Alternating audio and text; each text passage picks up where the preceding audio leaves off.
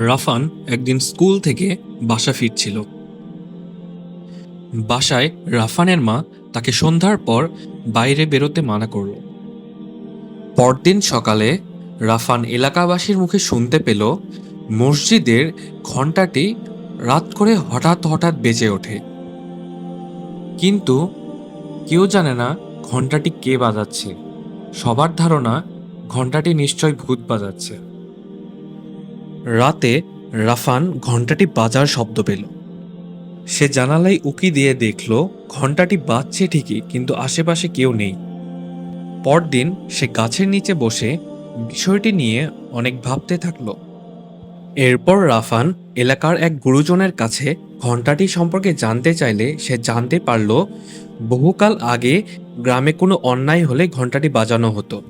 ঘণ্টার রহস্য উদ্ঘাটনের জন্য রাতে সে মসজিদের পিছে লুকিয়ে পড়ল। এরপর রাফান হঠাৎ করে ঘণ্টাটিকে বাজতে দেখল, কিন্তু আশেপাশে কেউ নেই। হঠাৎ সে ঘণ্টার নিচে একটি রশি লক্ষ্য করল। এরপর সে রশিটিকে অনুসরণ করে সামনে এগোতে লাগল। অবশেষে সে দেখতে পেল একটি যুবক রশিটি টেনে ঘণ্টা বাজাচ্ছে।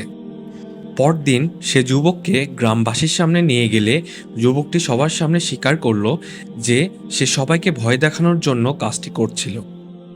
এমন ঘটনা যেন আর না ঘটে, এজন্য গ্রামের সবাই মিলে ঘণ্টাটিকে খুলে ফেলল।